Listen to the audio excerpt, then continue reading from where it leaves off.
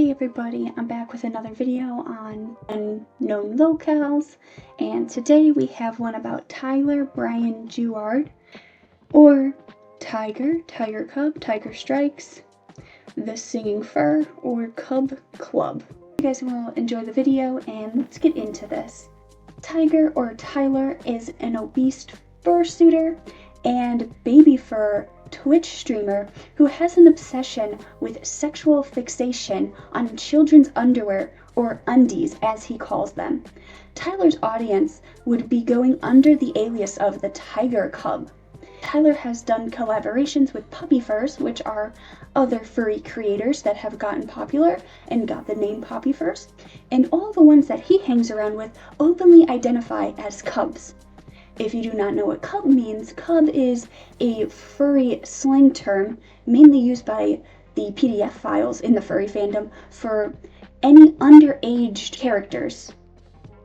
Despite prominently featuring cub in his name and streaming as a cub in VR chat, and having countless of fetish drawings commissioned of his fursona as a cub, being an open baby fur, referring to his fans as cubs, and running a Discord called Cub Club, Tygre has largely evaded blowback or criticism for his extremely suspicious interest in cubs and their underwear until this year when he rebranded to TygreStripes, or Tygre.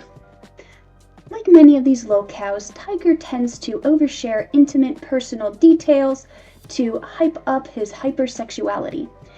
He claims to be depressed, suffering from unmedicated ADHD, which this is deliberate due to the fears that the medication would hinder his manic creativity, and surviving unspeakable traumas that supposedly forced him to grow up at a faster rate than his peers. This would be due to his parents allegedly neglecting them. Chat, no, you want to hear something atrocious? I didn't know for like the vast majority of my life that you needed to wipe front to back. Or is that just a woman thing? I think it's mainly a woman thing so you don't push feces into your vagina. That makes sense. I thought it was like a everybody thing. You ever got poop taint, chat? Like every locale, Tyler's family gave him unfiltered access to the internet at a young age, which he swiftly discovered online pornography with his childhood friend. Tyler was a stupid kid and would misspell penis as pine, like the pine tree, until he found the medical reference to the male's genitalia and what he believed to be photos of a dead body and acid male genitalias beside it. He then realized that it was simply a micropenis covered in semen. But he still knew as a boy, seeing something seemingly dead dick, that there was something deeply appealing to him. Okay, wait, no, okay, so fun fact. Like, the first time I ever looked up porn, my friend was over, Larry. We were like, we don't know why, but we thought it was hilarious to Google the word penis. But I didn't know how to spell penis, and I kept spelling it P-I-N-E-S, and was like, I don't care about these fucking trees! Give me penis! But then I eventually figured it out, and I was like, oh. And then we did, but if you Google the word penis, it doesn't just, like, bring up porn. It brings up, like, primarily clinic, or at least at the time, like, back in the day, when computers were, like, somewhat new, like, to, you know, households. Google was new. Like, when Google was new, and we would Google penis, it wasn't bringing up porn. Porn wasn't that prolific yet, so it was bringing up like clinical stuff, like anatomy. And there was one where like it was a penis resting in like a pool of its. Now I realize it's semen, and now I didn't realize what it was laying in. It almost looked like it was dead, if a penis could ever be dead. And then there was a quarter next to it, and now I realized that was to like give reference of size. And I remember looking at this completely unflattering photo of a penis and being like, yeah, this interests me in some capacity that I cannot yet understand. Tygre would be sitting in his living room one day with his whole entire family just watching TV, and he would start scratching his groin. He realized that the friction could cause pleasure and wound up coming in his boxers, sitting in the living room with his parents and siblings surrounding him. He was worried that he just broke his penis and rushed to the bathroom and examined himself before realizing he discovered masturbation. This strange self-discovery in front of his whole entire family. So I discovered masturbation because I was wearing boxers where that has like the fly open, and I was just laying watching Nick at Night in the living room, and like, my whole family is like, me and like my sibs and stuff were like all laying around. Actually, it might not have been that. It might have been a football game, like an NFL game, and I kept like scratching myself like through the fly of the boxers. It was like one of those like boxers where the fly is just a flap, you know, and I kept like, you know, itching myself or whatever, and I was like, damn, this feels good. And then I came in the living room in front of everybody. I didn't make any noise. Nobody noticed. But I was like, I sat there with the feeling, I was like, I broke something. I straight up just broke something. Oh my god. So I like casually get up and get to the bathroom. And I like to look down. I was like examining my penis. I was like, I broke something. I literally am terrified.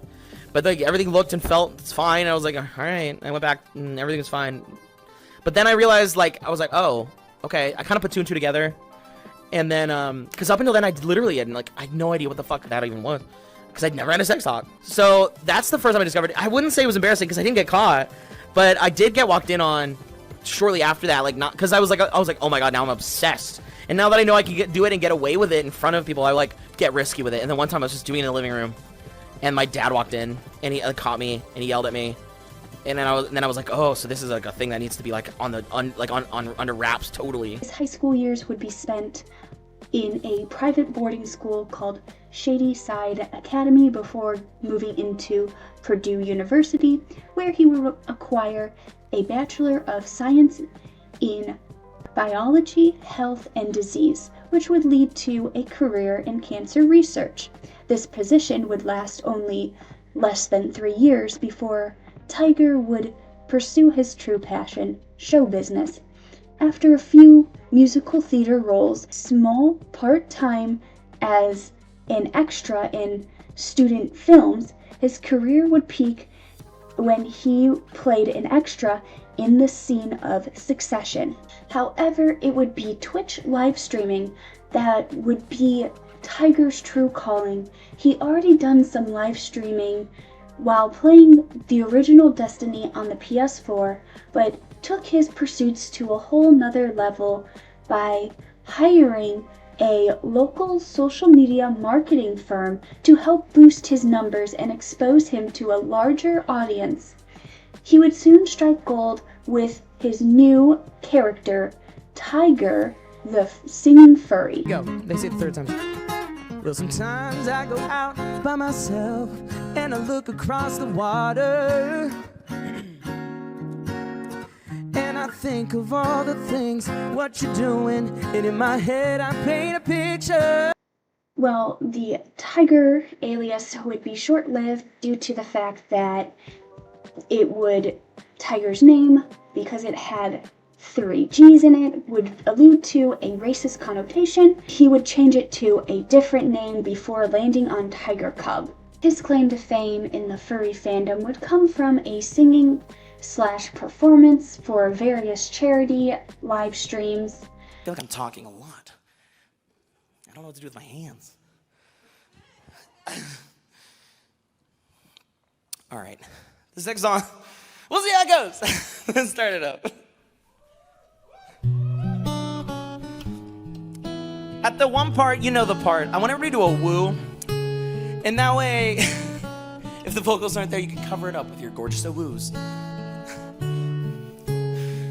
Talking away, I don't know what how to say. I am cutting some of the video short due to the fact that a lot of these songs are copyright, so I'm just going to be making them short.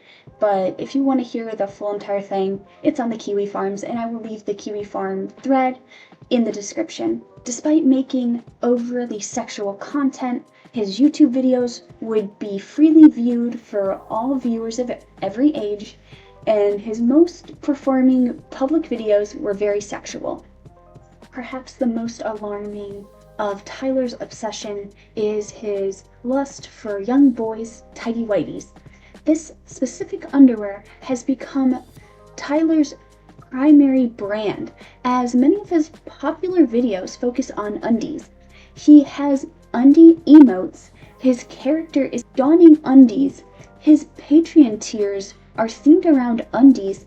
He even has tattoos of undies on his wrist. Not merely that he enjoys adult briefs and they're misidentified as children undies. Oh no, he makes it clear and goes out of his ways to make sure people know that it is undies, youngster ones, that he wears for himself. Tygre has helpfully and aggressively clarified that there is a direct link between his desire for youthfulness and strong sexual arousal in the choice of the underwear. Tygre clarifies that undies are both sexually charged and considered vanilla, so as a fetish it can fly under the radar, because you can freely post about it without being called out for horny posting on your main account. Undies goes in that category, and I would argue that undies is a very large one. There's a community on like Twitter and in the like furry sphere, right, that transcends Twitter into like Telegram and like other forms for undies. It's very I think it's because it's just simple enough to fly under the radar, right? Where like you can express it publicly. You don't have to like, you're not going horny on main per se, right? You don't need to reserve it to your AD specifically. But it's still in that realm of like, there's something sexually charged about it. In this grand scheme of all those niches, undies is one, but it's much more on the vanilla side. And thus it can fly under the radar, and it can be a little bit more, I think that it can be a little bit more, you can be a little bit more forward with it, outwardly, right? And you can like just turn it into something like entirely innocent and just make it kind of like a character trait of your persona. And I think that I live in that camp. Yes, you know, you can get some sexual pleasure from it. I know that that's something I'm into, but it primarily lives in that side of innocence where it makes me feel adorable. I've always wanted to be adorable. I got into this fandom so I could embrace adorability, you know? I was on the tail end of like the old times, you know, where like up until like high school, everybody was like tighty whities, and then high school was like boxers. But if you were like in high school and then somebody caught you wearing tighty whities, there was like the stigma of like, oh, you're still like, you're a baby, or, you know, like you're uncool. Some people like find an affinity for tighty whities because of that, the innocence that comes along with it, the vulnerability and the feeling like, ooh, this is like taboo. Like I like, oh my gosh, what if I got caught? You know, people love that. I'll admit that I find that appealing. And then there's the alternatives, like wearing something like a lot more like something more revealing, right? Gives you a similar sense of sexiness, you know, just for different reasons. So yes, like my affinity for like briefs, right, comes along with that, reclaiming that innocence. If I had to diagnose myself, right, based on what I understand of my childhood trauma and the information that I gained after the fact from like therapy and stuff, there's a reason why I have an affinity for coddling, you know, being coddled, being treated like somebody taking care of me, you know, trying to reclaim that youthfulness that I wasn't given as a child. You know, when you go through something really traumatic, you're forced to mature very rapidly. And so like now as an adult, I have the means and the time and the confidence to embrace those things again. I love being cuddled. I love being held. I love being called baby man. After realizing that identifying as a PDF file was a mistake, Tygre would then drop the cub portion of his name years after using cub for all of his content. Instead of properly denouncing the cub element of his name and content, Tygre would insist that there was never any cub about his content, while leaving his live streams largely unchanged. This change came and went without much fanfare, with it being noted that TygreCub was the alias he was already used in his bigger collaborations. His collaborations with Marjorie the Strawberry, Whiskey Dingo, and Delta, etc. Danola. I don't know if I'm saying half those right, but they're all furries. That he was always fine with streaming with those people with the cub part of his name. However, this fresh coat of paint wouldn't be enough to avoid criticism from his peers. On May 16th, 2023, Tygre would apologize for his old art of his fursona, which had been drawn by a known cub artist named Furby. Fed up by this and other incidents involving the sexualization of cub characters on livestream, and unwilling participants into exotic cub roleplay and advertising his adult content to minors, several furries would privately discuss these incidents in a group chat. Shortly after the chat, they would calmly agree to talk to Tygre about what he has done. Tygre's buddy, Sink the Otter, would pull up to defend Tygre by stating that the fictional minors were fine to be sexualized, implying that Tygre is a CSA survivor. The others stand their ground, and Sink goes on Hinge, accusing them of victimizing Tygre by discussing this matter. Other furries were forced to respond publicly after Sink's antics spilled outside of the group chat. Tygre would then compare the call-out of the allegations to literal violence and refused to take accountability. He closed off his statement by an unhinged diatribe by admitting that he was using age regression in the bedroom to work out and work through his childhood traumas, and linked to articles about having age regression sex. That's right, he doubled down after he denied he was never a cub.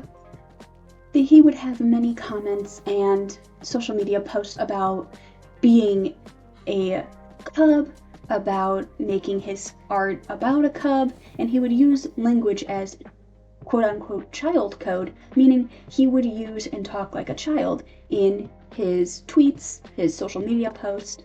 One would be footy jammies forever. Not only limiting his degeneracy to Twitter, Twitch had to forcibly remove the piss fetish emote he had added to his livestream because he was talking about being a child with water sport fetish. The OP of this thread had discovered that Tygre not only got another YCH, or if you're unaware what that means, it's Your Character Here commission, by Furby again. Your Character Here commission, which is a format which an artist makes a template for a piece and then changes furries to finish it with their fursona, usually selling it in bulk due to how similar the final piece will be to another. What Tygre claims is he had an otter character, saw the artist Furby, he didn't know much about who was offering an otter Your Character Here, and he bought one. Now years later, he found out the truth that the artist Furby was a PDF file cub artist the whole entire time, but this story is BS because Tygre would commission one more artwork from Furby, including custom drawings of his underage Tygre fursona in suggestive poses using Dakimakura, which is this artwork is used for body pillows or body pillow sleeves. They are designed to have sexy characters on them. Then after Furby came, everybody discovered that they were a PDF file. Then Tygre would try to throw him under the bus, and on his Patreon, he would say that all the characters on his Patreon were all adults the same age as him, which is a clear and classic PDF file lie. It is clear that Tygre is trying to save face by distancing himself from being a known cub, because the furry fandom is slowly realizing that cub corn is PDF file corn, and cubs are PDF files.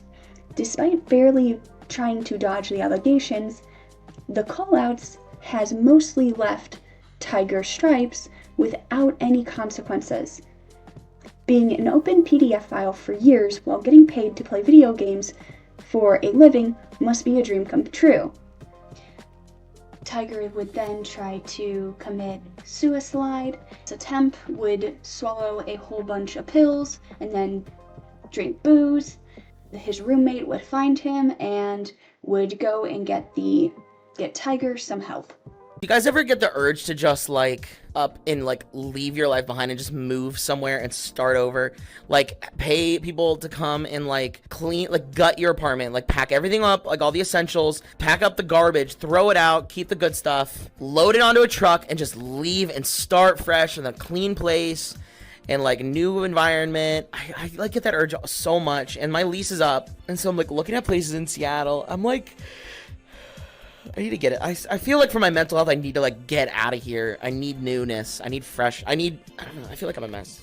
Yeah, I remember like years ago, I talked to a therapist when I was back in New York City, when I had the urge to move, or before I had the urge to move down to Georgia. I had an urge to start over, and my therapist gave me like some of the best advice I ever gave, and they said, why are you running?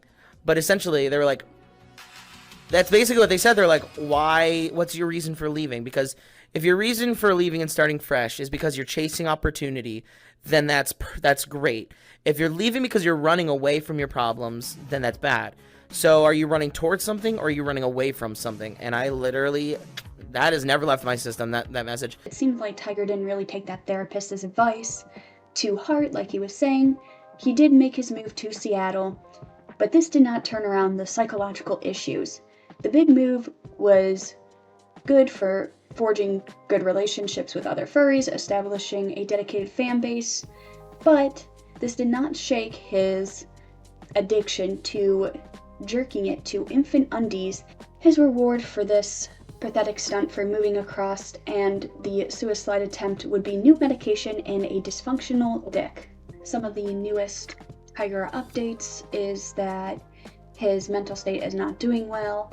He tends to burst into tears on most of his live streams, and a lot of people have been noticing that a lot of his viewers are no longer there. There's most streams that the OP has found, only 9 people watch him do anything anymore. He cries on live stream now because he realized his live streaming career is falling off. He's having meltdowns. He cries that he doesn't get enough bits or subs or viewers. He admits that the HRT is fucking with his mental state, and he will see that 1/10 of his Twitter followers are getting more engagement than he is, and that makes him sad. He attributes his meltdowns to untreated BPD, and he claims that the algorithm is holding him back. He plans on buying a new Vtuber model, which will surely help his failing channel. Thank you guys for hanging out. Happy Friday. I hope that you have a wonderful rest of your night. I hope you guys have some fun stuff planned. Make sure you take some time for yourself to like do something fun. And you know, to relax, and because it can be tough out there, and you've earned it. You worked all week for this. So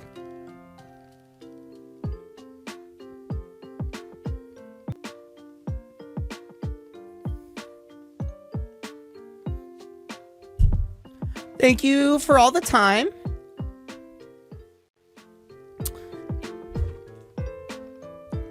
I had a lovely day with y'all. You made me smile. And that's a good day, right? We'll be live tomorrow, normal time. So I will see you guys then. Goodbye. Well, that was all the updates on Tygre, TygreStripes, TygreCub, or Bryan Jewart. If you guys like this video, please like and subscribe, and I will see you guys in the next one. Thank you.